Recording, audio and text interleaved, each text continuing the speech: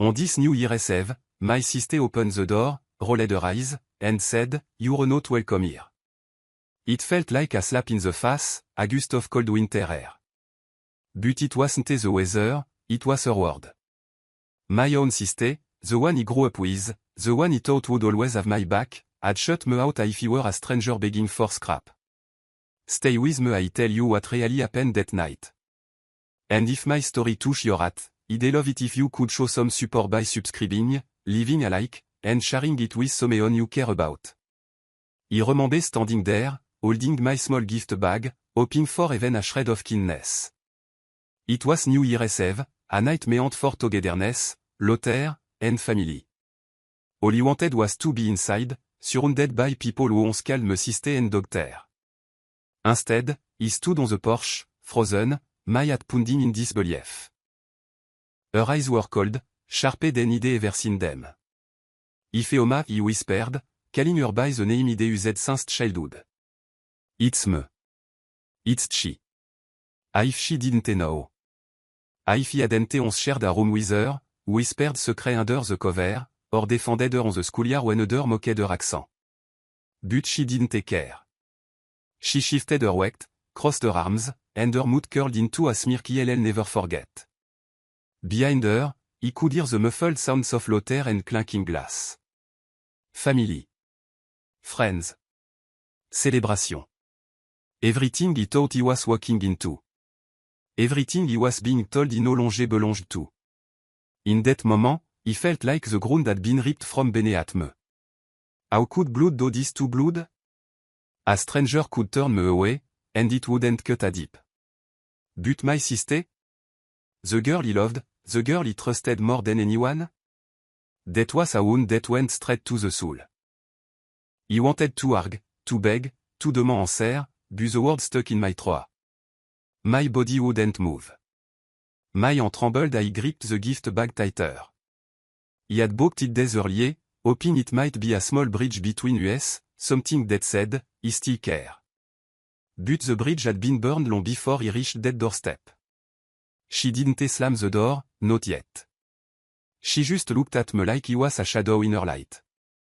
"Go home, Chi," she said flatly, then pushed the door until it clicked shut, leaving me alone in the dark. The fireworks went off in the distance a few minutes later.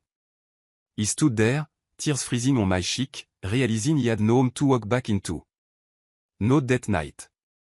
That was the start of my story. The night he learned betrayal hurt most when it comes from the person you'd never expect. Growing up, he never imagined my sister would become the person who hurt me the most. Back then, it was always me and Ife against the world. We were born and raised in Texas, daughter of hardworking Nigerian parents who carried their root with pride.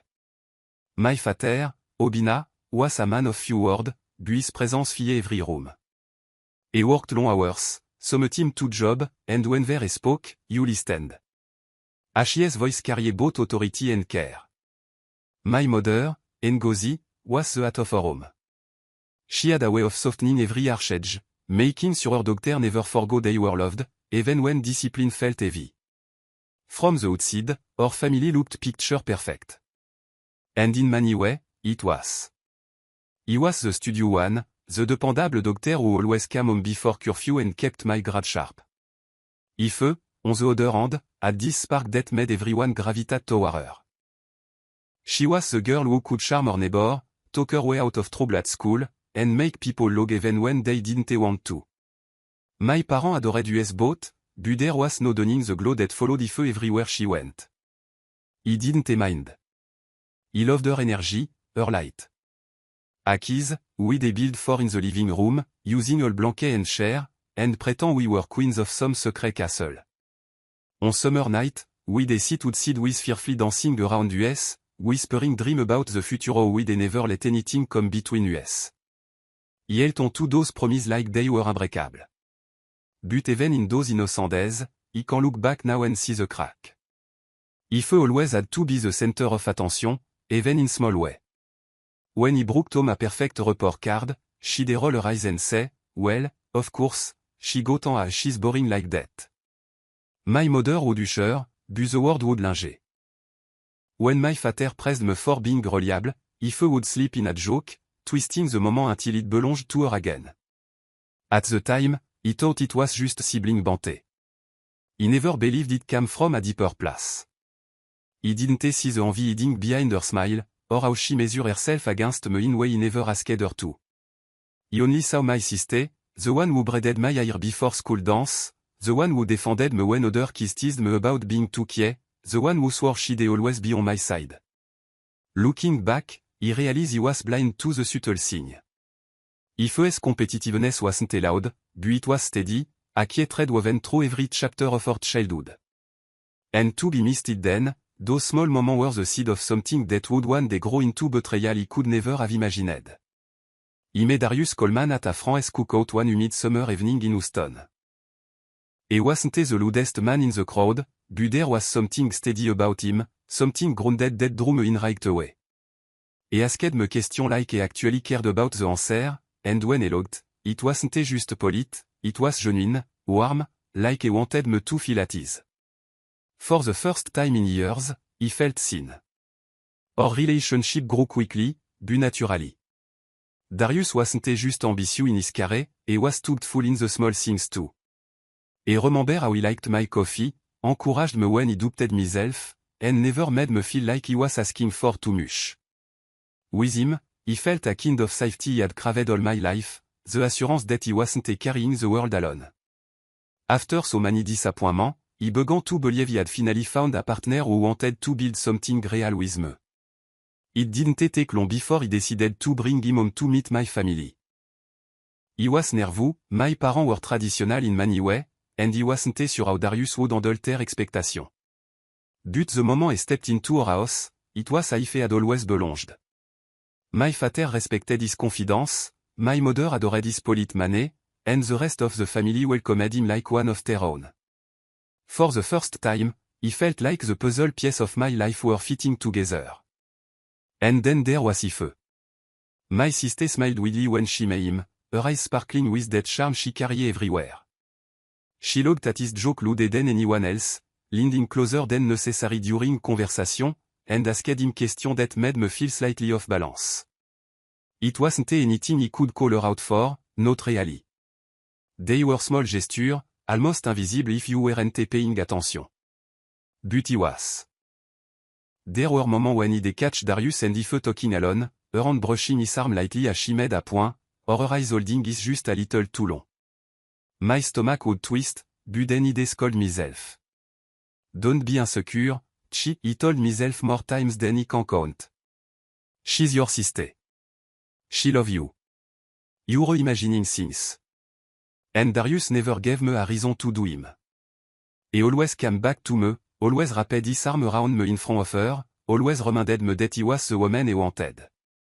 That reassurance kept me grounded, made me push away the whisper in my gut that something wasn't right. At the time, he chose to see only the good, the man who loved me and the family who accepted him.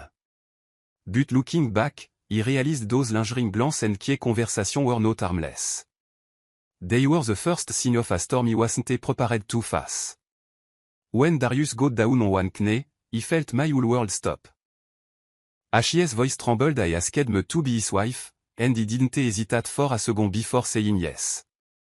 In that moment, every disappointment and every lonely night he'd ever endured seemed worth it because he believed he had finally found the kind of love that would last a lifetime. My parents cried tears of joy when we shared the news, and even if wrapped me in a hug so tight it almost hurt. Everything felt like it was falling into place, and I allowed myself to dream without fear. The weeks that followed were filled with excitement. We began planning the wedding, and Ife immediately offered to help. She was everywhere, flipping through magazines with me, suggesting venues, talking endlessly about decoration. At first, he was grateful. It felt good to have my sister by my side, helping me prepare for the biggest day of my life. She knew how to make every detail seem magical, and it thought her enthusiasm came from love. But then small things began to shift. Darius wasn't as attentive as before. He came home late, often distracted, and his phone seemed glued to his hand. When he asked if something was wrong, he brushed it off with a tired smile. Just work, Chi, don't worry. He wanted to believe him, so he did. He told myself the stress of wedding planning could overwhelm anyone, and maybe he was expecting too much. Still, the way he saw some team seemed distant left me unsettled. If, meanwhile, grew bolder. She insisted on joining us at tasting, tagging along to appointment, and even speaking over me when decision needed to be made. She's too practical, she dialogue, brushing off my choice. Her choices are boring. Everyone chuckled, including Darius, and he forced a smile, convincing myself it was just harmless teasing. He didn't realize at the time that she was slowly inserting herself into place that belonged to me. The night before my bridal shower, he felt a heaviness in my chest he couldn't explain. He went to see Darius, hoping aider reassurer me. Hoping aider remind me of the man who once made me feel safe. Instead, he sat me down with a look in his eyes he'd never seen before. Chi est beggant, his voice breaking. He can't marry you. The word hit harder than any physical blow could have. My ear rang, and he stared at him in disbelief. He thought he was joking, or maybe overwhelmed with nerve. But then he said the word that shattered me completely. I'm in love with someone else. Your sister, Ifeoma. He felt the ground vanish beneath me. My breath caught in my throat, and all he could do was sit there, paralyzed. The man he thought was my future had chosen the one person he trusted most. In that instant, the fairy tale collapsed, leaving only betrayal sharp enough to cut through bone. After Darius's confession, my world crumbled like glass beneath my feet. Every dream he had built was gone in a matter of seconds. He couldn't sleep, couldn't eat, couldn't even look at himself in the mirror without feeling like he had failed in some way. The worst part wasn't just losing him. It was losing him to my own sister. When he finally gathered the courage to talk to my parents, he thought they would comfort me, hold me, and remind me that he didn't deserve any of this. Instead, my mother Ngozi took my hand and said softly, Chi, please. Family go through things. Don't let this tear us apart. Forgive your sister. Forgive Darius. It's better to keep the peace. Her word cut deeper than the betrayal itself. Forgive? If this was just a small mistake, a misunderstanding that could be brushed aside. He pulled my hand away, feeling a tug even my mother had chosen aside. My father, Obina, said very little. He stayed in his chair, his eyes fixed on the floor, his silence louder than anything else in the room. That was his way, avoiding conflict, pretending problem didn't exist until they swallowed us whole. He wanted him to stand up for me, to say if he was wrong, to demand accountability. But he just sighed and mumbled, life goes on, Chi. Don't dwell on it. It felt like abandonment. Not just by Darius, not just by Ife, but by the very people who raised me. And Ife? She showed no shame. Within weeks, she and Darius acted as though nothing was wrong. They appeared together at family gathering, logging, holding hands, whispering to each other like school children. He couldn't bear watching them flaunt what they had stolen from me. It was like he was the intruder, not them. The humiliation ate away at me. Friends asked why the wedding had been cancelled, and he had no word to give them. How could he explain that my fiancé and my sister had betrayed me, while my family stood by if it were acceptable? He withdrew from everyone, isolating himself in my small apartment, droning in silence. But the hardest night of all was New Year's Eve. My attached for belonging, for a reminder that he still had a family. He convinced himself that maybe, just maybe, Ife and he could start over. So he went to her house, clutching a small gift bag in my hand. When she opened the door, her eyes scanned me with irritation. She didn't even let me speak before rolling her eyes and saying, "You're not welcome here." The word slammed into me harder than the winter air. Then she shut the door, leaving me outside with nothing but the sound of laughter echoing from inside her house. That night, he realized he wasn't just abandoned. He was erased. In the weeks after that New Year's Eve humiliation, he felt like a ghost drifting through my own life. He would wake up with no energy, my chest heavy, my eyes burning from night of restless sleep. The people he had trusted most had treated me like he was disposable. And the weight of that rejection pressed down on me until even breathing felt like effort. He replayed every moment in my head, Darius' confession, my mother's plea for peace, my father's silence, if a smirk at the door on each memory cut deeper than the last. There were days when he didn't eat, when he stayed in bed staring at the ceiling, wondering if he would ever feel well again. The despair was suffocating, convincing me he was worthless, unwanted, and unlovable. He kept asking himself why. Why wasn't he enough?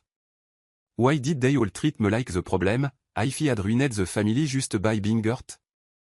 But one morning, I sat staring at my reflection, pale, tired, and hollow, he realized something had to change. He couldn't let them win by staying broken. If he allowed their betrayal to destroy me, then they had already taken everything. That thought sparked something inside me, a flicker of determination he hadn't felt in months. He picked up the phone and made an appointment with a therapist. Walking into that first session was terrifying, but it became the best decision of my life. He poured out everything, my anger, my sadness, my humiliation. My therapist reminded me that he wasn't responsible for other people's cruelty, that healing was my right. Slowly, he began to see that he was more than their betrayal. With each session, he grew stronger. He cut contact with Ife and Darius completely, blocking their number, deleting their picture, refusing to give them space in my mind. He kept my distance from my parents too, not out of hate, but for my own peace. He had to build walls where they had torn me down. Then he threw himself into my career. He stayed late at the office, took on project no one else wanted, and proved himself in way he hadn't before. For the first time, my energy wasn't wasted on begging for love or approval. It was invested in me. The recognition came quickly, promotion, respect from colleagues, a sense of purpose that wasn't tied to anyone else. He wasn't healed overnight, but piece by piece, he rebuilt himself. The pain hadn't disappeared, but it transformed into fuel. He stopped craving revenge in the form of shooting match or bitter payback. My revenge would be quieter, sharper, and far more powerful. He made a vow to himself. He would rise so high, live so well, and carry himself with so much strength that Ife and Darius would shock on the sight of my happiness. They had tried to erase me, but he would make sure my life became the remainder of everything they lost. Years passed, and slowly the pieces of my life began to fit together in way he never imagined. The same company where he once felt invisible now recognized me as one of their strongest assets. He worked my way up step by step, never skipping the hard part, until one day he was offered an executive position. Standing in that office with the skyline of Houston shining behind me, he realized he had built something solid, something no betrayal could erase. With the promotion came stability, and with stability came freedom. He bought a home of my own, a place filled not with memory of pain, but with warmth he created himself. He painted the walls in soft color, filled the kitchen with laughter, and hosted dinner where true friends gathered. These weren't friends who smiled to my face and whispered behind my back. These were people who saw me at my lowest and chose to stay. They became my chosen family, the circle that reminded me he was never truly alone. Meanwhile, Ife and Darius' picture perfect image started to crack. At first, he only heard small things, arguments at gathering, tension in their voices when they spoke. Then the stories grew louder. Through cousins and family friends, he learned about the bill piling up, about Darius' inability to hold down a steady job, about Ife's constant complaint that she had married a man who promised the world but delivered very little. It was almost surreal to hear. The same sister who once stood tall, proud, and untouchable was now struggling to keep her head above water. The same man who left me for her couldn't even keep their household steady. They fought about money, about loyalty, about everything under the sun. People whispered that their love, the one they had flaunted so shamelessly, had already soared. And me? He stayed silent. He didn't glow, didn't throw their misery back in their face. He didn't need to. He sat back and let life do the talking. Every achievement he earned, every smile he wore, every peaceful night in my home was a key victory. They had taken so much from me, but they couldn't take my growth, my resilience, or my success. Some team relative would call, their voices dripping with curiosity. Chi, did you hear what happened with Ife and Darius? He would respond calmly, my tone steady. He wished them well, and he meant it in the coldest, most detached way possible.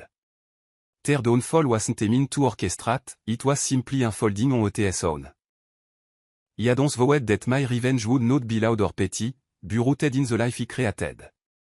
And now, watching their relationship unravel from a distance, he felt the truth of that promise. He didn't need to lift a finger.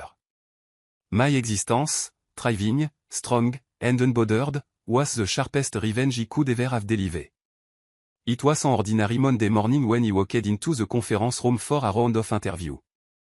My assistant handed me the next resume, and my had skipped when he saw the name printed across the top, Darius Coleman.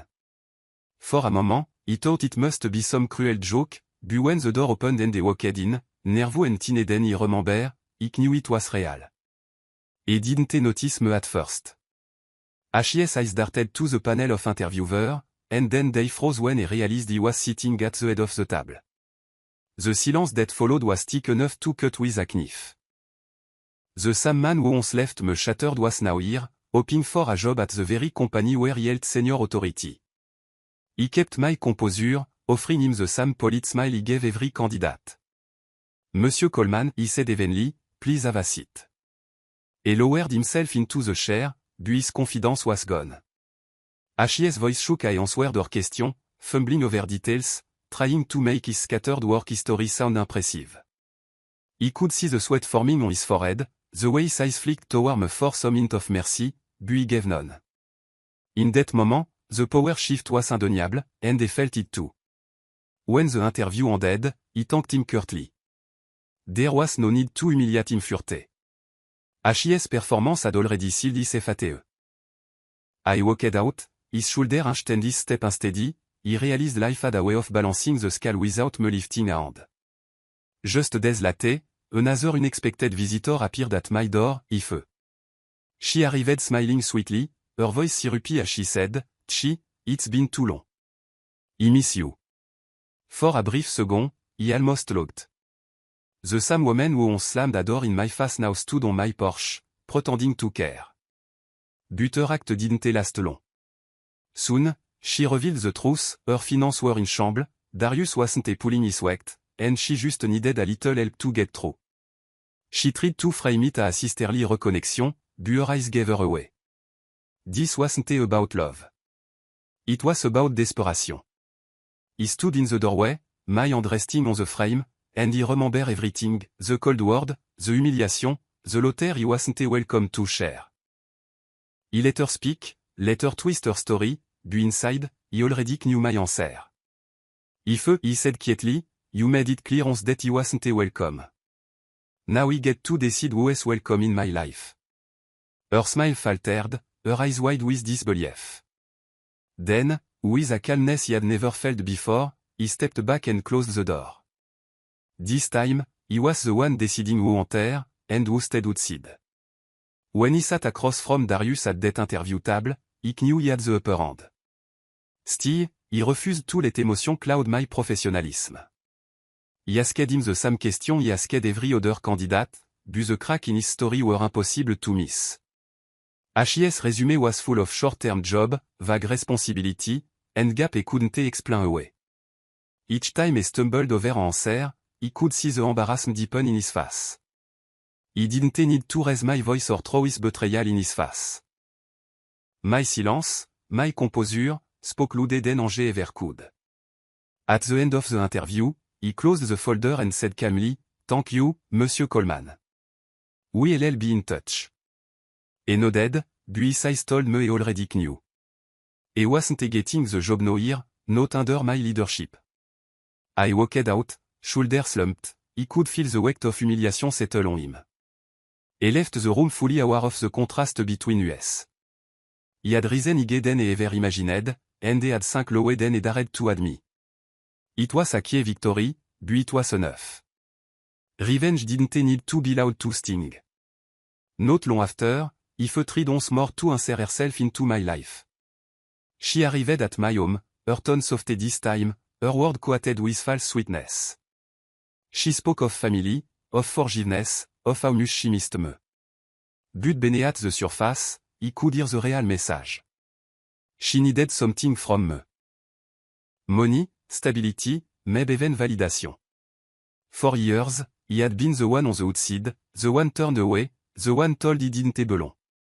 But now, standing in my doorway with her shifting uneasily under my gaze, he finally understood the power of rejection. He didn't lash out or scream. He didn't let anger twist my word. Instead, he looked her in the eye and said, if you've built a life I'm proud of, and you're not part of it. You made your choice, and you've made mine. I don't owe you anything. Her face tightened, her confidence cracking as the truth sank in. She wasn't in control anymore. She was the one being shut out, tasting the very rejection she had once served me without hesitation. I closed the door behind her, he felt no guilt. He felt peace. He realized the sweetest form of revenge wasn't destruction. It was dignity. It was living so fully, so securely, that those who betrayed me could see the contrast without me lifting a finger. Strength became my justice. My success, my boundary, my unshakable calm. Those were my weapons. And Ife and Darius walked away, carrying the weight of their failure. He knew they would never escape the reminder that he had become everything they thought he couldn't be. That was my cold revenge and my warmest justice. New Year's have come around again, but this time it didn't feel like a night of loneliness or rejection. My house buzzed with life. Music flowed through the speaker, the smell of food filled every corner, laughter spilled into the air like fireworks waiting to go off. Glass clinked. Voices overlapped. And for the first time in years, he felt exactly where he was meant to be. He looked around at the people gathered in my living room. Friends who had stood by me through heartbreak. Colleagues who had become confidant. Neighbors who had grown into family. They weren't bound to me by blood, but by choice. And in their presence, he realized how much richer my life had become once he let go of the people who had tried to break me. I carried a tray of drink into the room, one of my friends grinned and said, "Chi, you really know how to throw a party." He looked, the sound light and genuine. Hosting this celebration wasn't about showing off. It was about reclaiming the night that once symbolized my deepest pain. Just a year before, he had stood on a porch begging for a place in a family that had discarded me. Now, he stood in my own home, surrounded by warmth he had built from scratch. He wasn't the broken woman left crying in the cold. He was stronger, free, and happier than he had ever been. The countdown began, voices rising together. 10, 9. 8. My had beat in time with the chorus, not with dread, but with hope. He closed my eyes briefly, remembering that other New Year's Eve, the slam door, the rejection, the tears that froze on my cheek. That moment had crushed me, but it had also forced me to rise. 3, 2. Un chair erupted, confetti flew into the air, and he was pulled into a hug by friends on both sides. Glass were raised high, and Someone shouted, "To new beginning." He took a sip, letting the sweetness linger. New beginning. That was exactly what he had created for himself. By losing the love he thought he needed, he had discovered the strength he already carried. By being pushed out of one door, he had built another that was wider, brighter, and filled with people who truly cared. He didn't think of Ife or Darius often anymore, but on night like this, he couldn't help but feel the sharp contrast. They had tried to define me by betrayal and rejection, but he had redefined himself through resilience and love. Standing in the glow of my own happiness, he whispered to himself, almost like a vow, "They slammed one door in my face, but he built another, one day I'll never be welcome to enter." Do you believe she was right to close her doors for good, or should she have given her sister another chance? Share your thoughts in the comments. I really want to hear your perspective.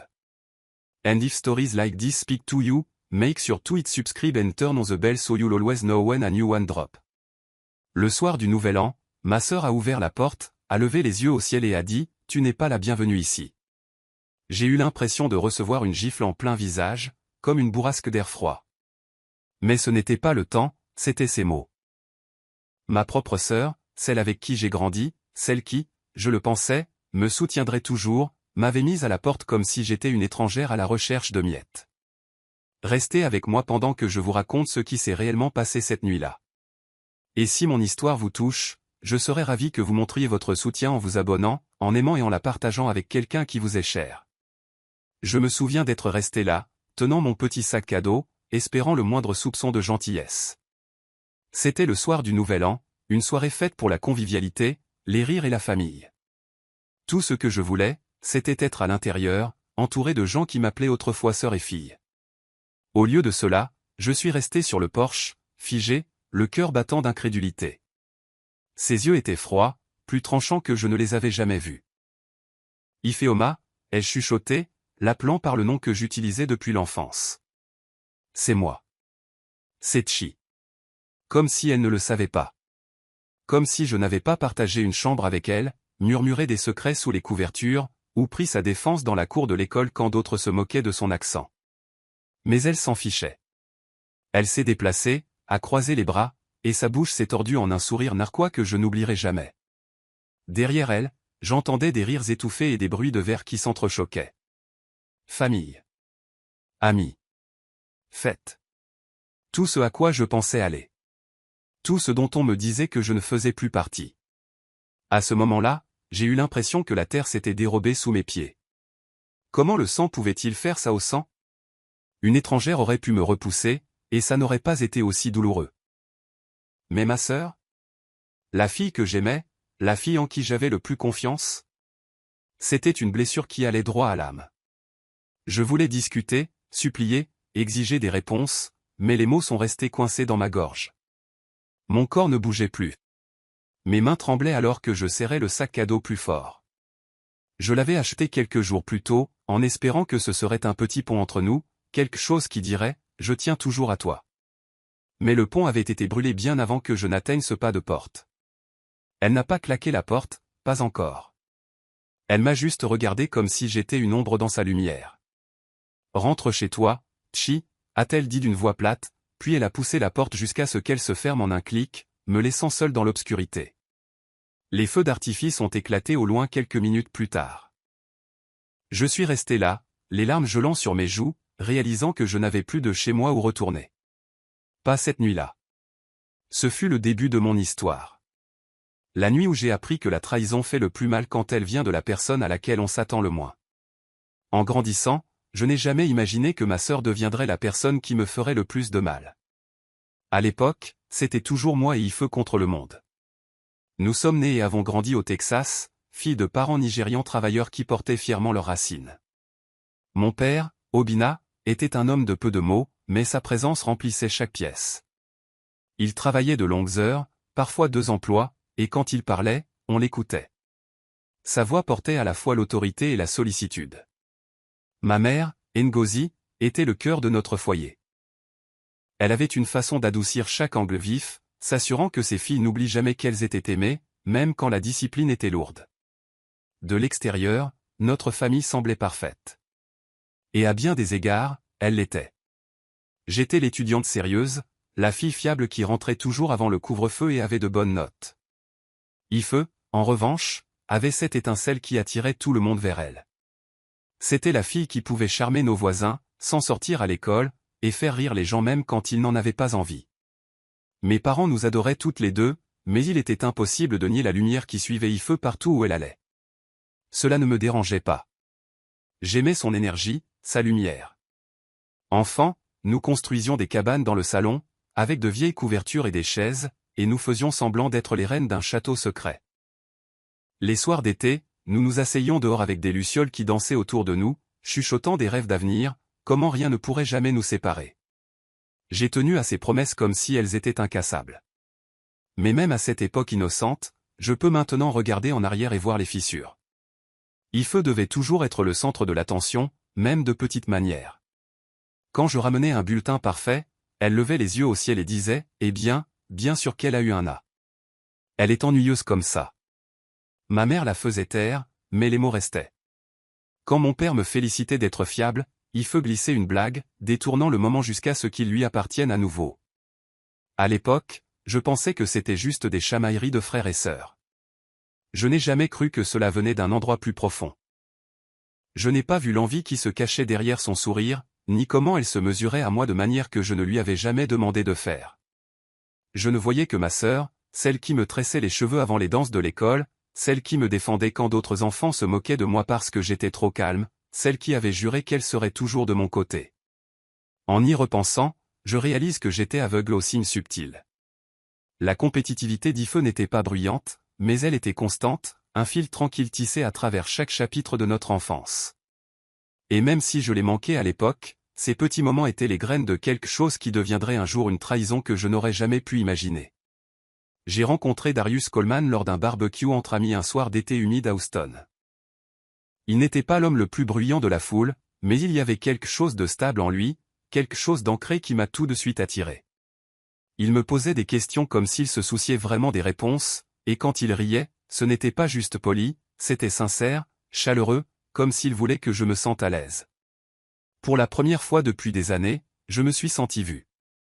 Notre relation a grandi rapidement, mais naturellement. Darius n'était pas seulement ambitieux dans sa carrière, il était aussi attentionné dans les petites choses. Il se souvenait comment j'aimais mon café, m'encourageait quand je doutais de moi, et ne me faisait jamais sentir que j'en demandais trop. Avec lui, j'ai ressenti un genre de sécurité que j'avais désiré toute ma vie, l'assurance que je ne portais pas le poids du monde seul. Après tant de déceptions, j'ai commencé à croire que j'avais enfin trouvé un partenaire qui voulait construire quelque chose de vrai avec moi. Il ne m'a pas fallu longtemps avant de décider de le présenter à ma famille. J'étais nerveuse, mes parents étaient traditionnels à bien des égards, et je n'étais pas sûr de la manière dont Darius gérerait leurs attentes. Mais au moment où il est entré dans notre maison, c'était comme s'il avait toujours appartenu à notre famille. Mon père a respecté sa confiance, ma mère a adoré ses manières polies, et le reste de la famille l'a accueilli comme l'un des leurs. Pour la première fois, j'ai eu l'impression que les pièces du puzzle de ma vie s'assemblaient. Et puis il y a eu Ife. Ma sœur a souri largement quand elle l'a rencontré, ses yeux pétillants de ce charme qu'elle portait partout. Elle a ri à ses blagues plus fort que n'importe qui d'autre, s'est penchée plus près que nécessaire pendant les conversations, et lui a posé des questions qui m'ont mise mal à l'aise. Ce n'était rien que je pouvais lui reprocher, pas vraiment. C'était de petits gestes, presque invisibles si l'on n'y prêtait pas attention. Mais moi, j'y prêtais attention. Il y avait des moments où je surprenais Darius et Ife à parler seul, sa main effleurant légèrement son bras alors qu'elle faisait un point, ou ses yeux s'attardant un peu trop longtemps sur les siens. Mon estomac se tordait, mais ensuite je me réprimandais. Ne sois pas jalouse, Tchi, me suis-je dit plus de fois que je ne peux les compter. C'est ta sœur. Elle t'aime. Tu imagines des choses.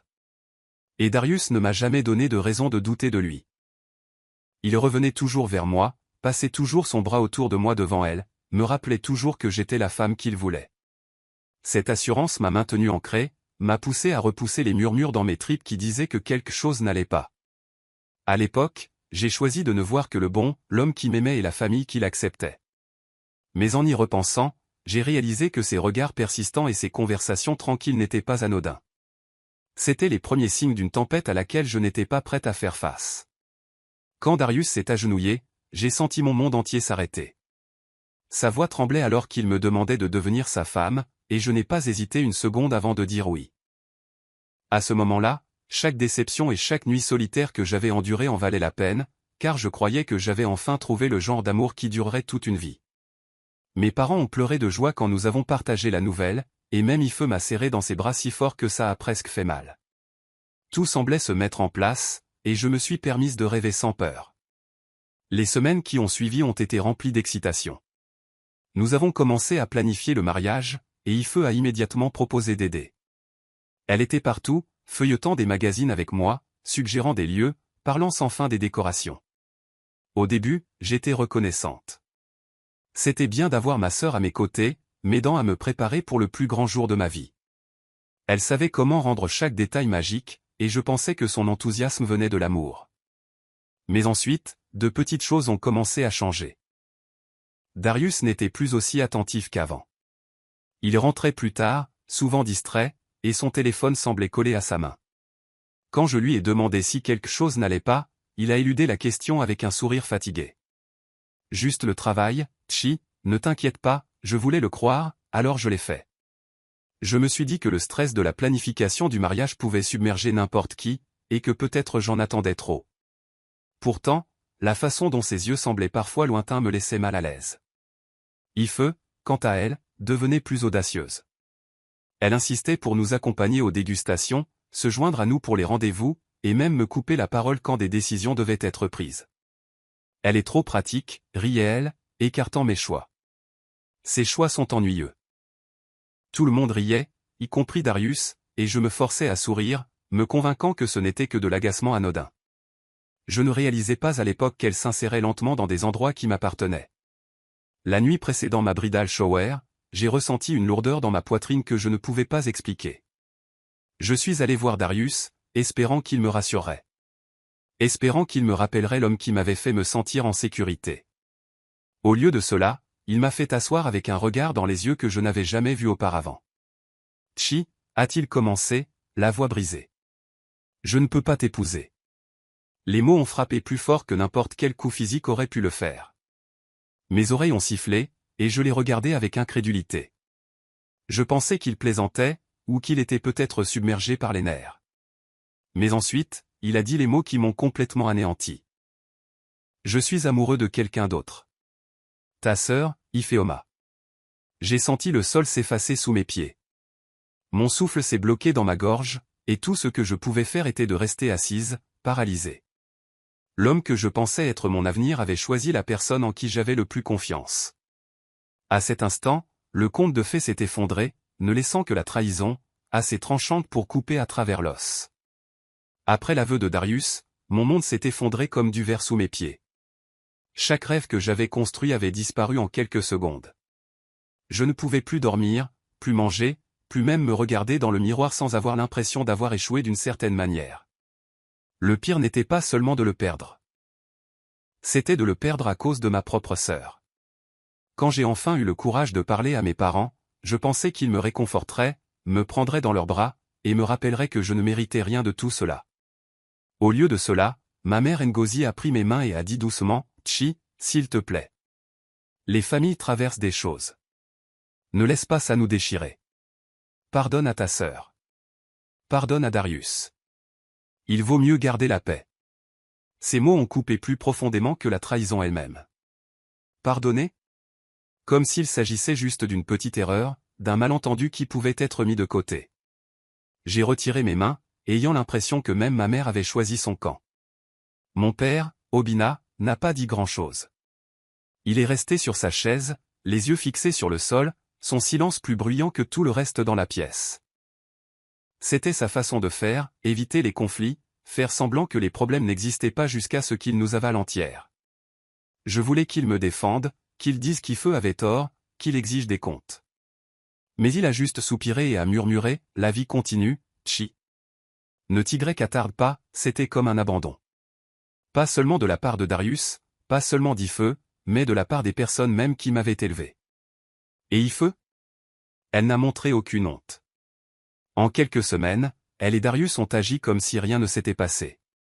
Ils sont apparus ensemble lors des réunions de famille, riant, se tenant la main, se chuchotant des choses comme des écoliers.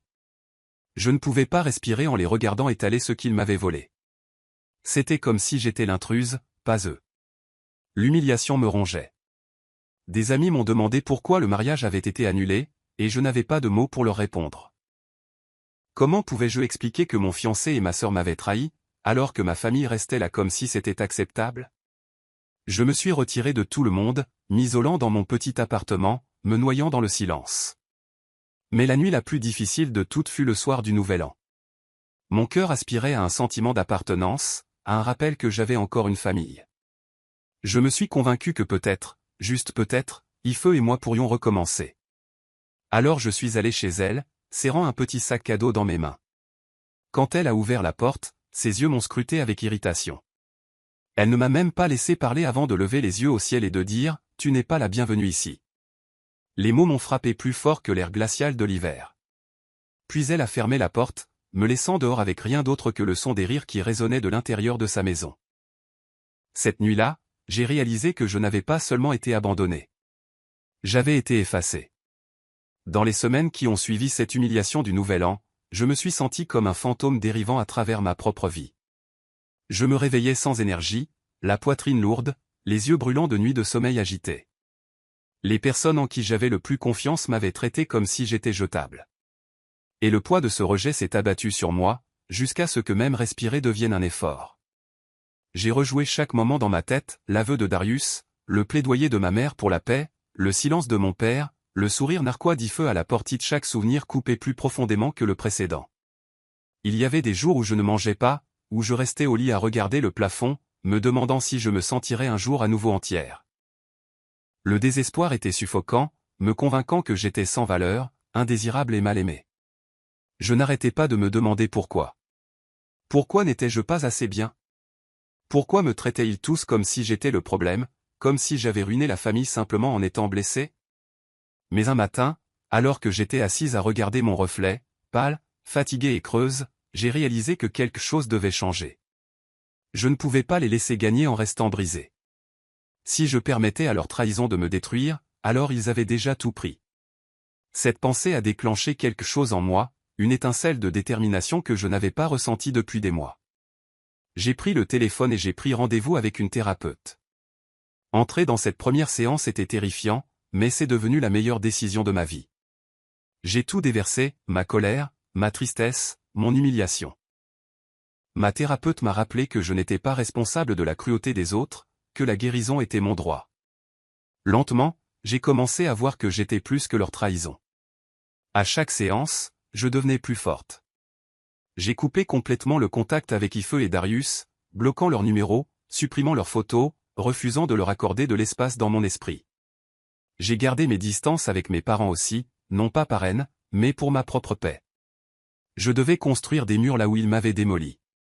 Ensuite, je me suis jeté à corps perdu dans ma carrière.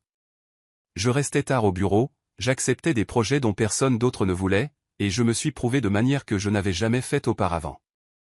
Pour la première fois, mon énergie n'était pas gaspillée à mendier de l'amour ou de l'approbation. Elle était investie en moi. La reconnaissance est venue rapidement, des promotions, le respect de mes collègues, un sentiment de but qui n'était lié à personne d'autre.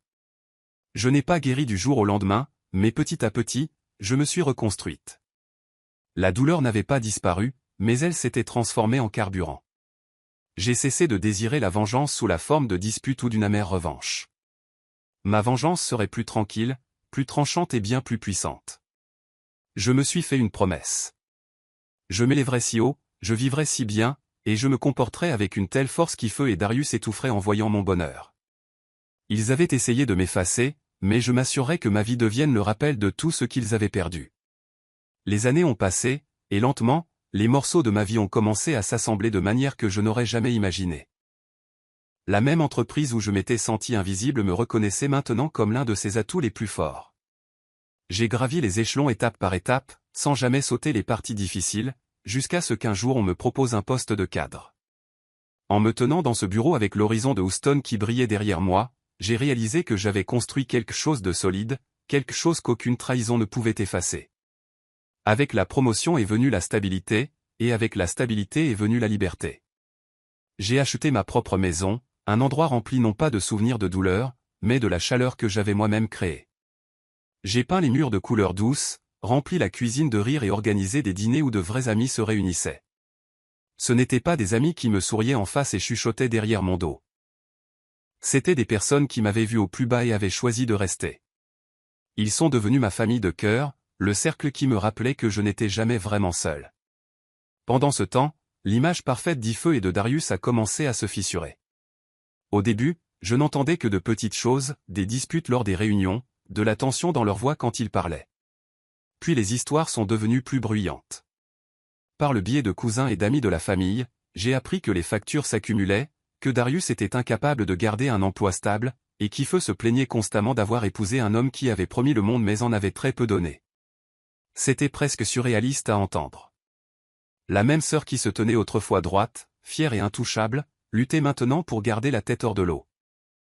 Le même homme qui m'avait quitté pour elle ne pouvait même pas maintenir leur foyer stable. Ils se battaient pour l'argent, pour la loyauté, pour tout et n'importe quoi. Les gens chuchotaient que leur amour, celui qu'ils avaient étalé si effrontément, s'était déjà aigri. Et moi? Je suis restée silencieuse. Je n'ai pas jubilé, je ne leur ai pas renvoyé leur misère au visage. Je n'en avais pas besoin. Je me suis assise et j'ai laissé la vie parler. Chaque réussite que j'obtenais, chaque sourire que je portais, chaque nuit paisible dans ma maison était une victoire tranquille. Il m'avait pris tant de choses, mais il ne pouvait pas me prendre ma croissance, ma résilience, ou mon succès. Parfois, des membres de la famille appelaient, leur voix dégoulinant de curiosité. « Chi, tu as entendu ce qui est arrivé avec Ife et Darius ?» Je répondais calmement, mon ton stable. Je leur souhaitais du bien, et je le pensais de la manière la plus froide et la plus détachée possible. Leur chute n'était pas la mienne à orchestrer, elle se déroulait simplement d'elle-même. J'avais jadis juré que ma vengeance ne serait ni bruyante ni mesquine, mais enracinée dans la vie que j'avais créée. Et maintenant, en regardant leur relation s'effilocher de loin, j'ai ressenti la vérité de cette promesse. Je n'avais pas besoin de lever le petit doigt. Mon existence, florissante, forte et imperturbable, était la vengeance la plus tranchante que j'aurais pu livrer. C'était un lundi matin ordinaire quand je suis entré dans la salle de conférence pour une série d'entretiens. Mon assistante m'a tendu le CV suivant, et mon cœur a fait un bond quand j'ai vu le nom imprimé en haut, Darius Coleman. Pendant un instant, j'ai pensé que c'était une sorte de blague cruelle, mais quand la porte s'est ouverte et qu'il est entré, nerveux et plus mince que dans mon souvenir, j'ai su que c'était réel. Il ne m'a pas remarqué au début. Ses yeux se sont posés sur le panel d'intervieweurs, puis ils se sont figés quand il a réalisé que j'étais assise à la tête de la table. Le silence qui a suivi était assez épais pour être coupé avec un couteau. Le même homme qui m'avait jadis anéanti était maintenant ici, espérant un emploi dans l'entreprise même où j'occupais une position de haute autorité. J'ai gardé mon calme, lui offrant le même sourire poli que je donnais à chaque candidat. « Monsieur Coleman », ai-je dit d'une voix égale, « veuillez vous asseoir. » Il s'est assis sur la chaise, mais sa confiance avait disparu. Sa voix tremblait alors qu'il répondait à nos questions, se dérobant sur les détails, essayant de faire passer son parcours professionnel décousu pour quelque chose d'impressionnant. Je pouvais voir la sueur se former sur son front, la façon dont ses yeux me lançaient des regards furtifs pour un soupçon de pitié, mais je n'en ai donné aucune. À ce moment-là, le rapport de force était indéniable, et il le sentait aussi. Quand l'entretien a pris fin, je l'ai remercié sèchement. Il n'était pas nécessaire de l'humilier davantage. Sa performance avait déjà scellé son destin. Alors qu'il sortait, les épaules voûtées et les pas incertains, j'ai réalisé que la vie avait une façon d'équilibrer la balance sans que je lève le petit doigt. Quelques jours plus tard, une autre visiteuse inattendue est apparue à ma porte, Ife. Elle est arrivée en souriant doucement, sa voix sirupeuse alors qu'elle disait « Chi, ça fait trop longtemps. Tu me manques. » Pendant une brève seconde, j'ai failli rire. La même femme qui m'avait jadis claqué une porte au visage se tenait maintenant sur mon porche, faisant semblant de s'inquiéter. Mais son jeu n'a pas duré longtemps. Bientôt, elle a révélé la vérité, ses finances étaient en ruine, Darius ne faisait pas sa part, et elle avait juste besoin d'un peu d'aide pour s'en sortir. Elle a essayé de le présenter comme une réconciliation fraternelle, mais ses yeux la trahissaient. Il ne s'agissait pas d'amour. Il s'agissait de désespoir. Je me suis tenu dans l'embrasure de la porte, ma main posée sur le cadre, et je me suis souvenu de tout, les mots froids, l'humiliation, les rires que je n'étais pas la bienvenue à partager. Je l'ai laissé parler, la laissant tordre son histoire, mais à l'intérieur, je connaissais déjà ma réponse. « Ife », ai-je dit doucement, « tu as été clair une fois sur le fait que je n'étais pas la bienvenue.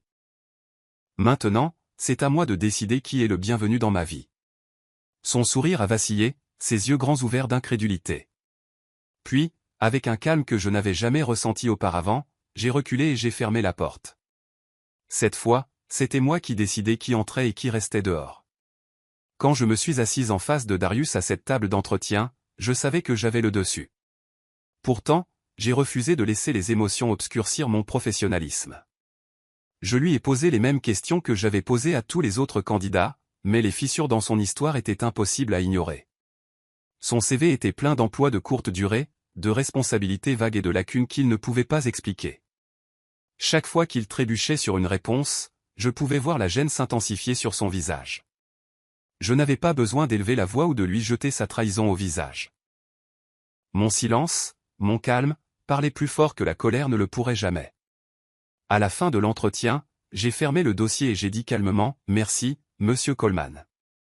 Nous vous tiendrons au courant. » Il a hoché la tête, mais ses yeux me disaient qu'il savait déjà. Il n'obtiendrait pas le poste, pas ici, pas sous ma direction. Alors qu'il sortait, les épaules affaissées, je pouvais sentir le poids de l'humiliation s'installer sur lui. Il a quitté la pièce pleinement conscient du contraste entre nous. J'étais monté plus haut qu'il ne l'avait jamais imaginé, et il était descendu plus bas qu'il n'osait l'admettre. C'était une victoire tranquille, mais c'était suffisant. La vengeance n'a pas besoin d'être bruyante pour piquer. Peu de temps après, Ife a de nouveau tenté de s'insérer dans ma vie. Elle est arrivée chez moi, son ton plus doux cette fois, ses mots recouverts d'une fausse douceur. Elle a parlé de famille, de pardon, à quel point je lui manquais. Mais sous la surface, je pouvais entendre le vrai message. Elle avait besoin de quelque chose de moi. De l'argent, de la stabilité, peut-être même de la validation. Pendant des années, j'avais été celle qui était à l'extérieur, celle qui avait été repoussée, celle à qui on avait dit qu'elle n'appartenait pas. Mais maintenant, debout dans l'encadrement de ma porte avec elle qui se déplaçait mal à l'aise sous mon regard, j'ai enfin compris le pouvoir du rejet. Je n'ai pas explosé ou crié. Je n'ai pas laissé la colère tordre mes mots. Au lieu de cela, je l'ai regardé dans les yeux et j'ai dit, « Ife, j'ai construit une vie dont je suis fier, et tu n'en fais pas partie. Tu as fait tes choix, et j'ai fait les miens. Je ne te dois rien. » Son visage s'est tendu, sa confiance s'est fissurée alors que la vérité s'enfonçait. Elle n'était plus en contrôle. C'était elle qui était mise à la porte, goûtant le rejet même qu'elle m'avait une fois servi sans hésitation. En fermant la porte derrière elle, je n'ai ressenti aucune culpabilité. J'ai ressenti de la paix. J'ai réalisé que la forme la plus douce de vengeance n'était pas la destruction. C'était la dignité. C'était de vivre si pleinement, si en sécurité, que ceux qui m'avaient trahi pouvaient voir le contraste sans que je lève le petit doigt. La force est devenue ma justice. Mon succès, mes limites, mon calme inébranlable. C'étaient mes armes. Et alors qu'Ife et Darius s'éloignaient, portant le poids de leurs échecs, je savais qu'ils n'échapperaient jamais au rappel que j'étais devenu tout ce qu'ils pensaient que je ne pouvais pas être. C'était ma vengeance froide et ma justice la plus chaleureuse. Le soir du Nouvel An est revenu, mais cette fois, ce n'était pas une nuit de solitude ou de rejet. Ma maison bourdonnait de vie. La musique s'écoulait des haut-parleurs, l'odeur de la nourriture remplissait chaque coin, les rires se répandaient dans l'air comme des feux d'artifice prêts à éclater. Les verres s'entrechoquaient. Les voix se chevauchaient. Et pour la première fois depuis des années, je me suis senti exactement là où je devais être. J'ai regardé les gens rassemblés dans mon salon. Des amis qui m'avaient soutenu à travers le chagrin. Des collègues qui étaient devenus des confidents. Des voisins qui étaient devenus une famille. Ils n'étaient pas liés à moi par le sang, mais par choix. Et en leur présence, j'ai réalisé à quel point ma vie était devenue plus riche une fois que j'avais lâché les gens qui avaient essayé de me briser. Alors que je portais un plateau de boissons dans la pièce, un de mes amis a souri et a dit, « Tchi, tu sais vraiment comment organiser une fête. » J'ai ri, le son léger et sincère. Organiser cette célébration n'était pas pour me vanter. C'était pour me réapproprier la nuit qui avait autrefois symbolisé ma douleur la plus profonde. Juste un an auparavant, j'avais été sur un porche, mendiant une place dans une famille qui m'avait jeté. Maintenant, je me tenais dans ma propre maison, entouré d'une chaleur que j'avais construite de A à Z.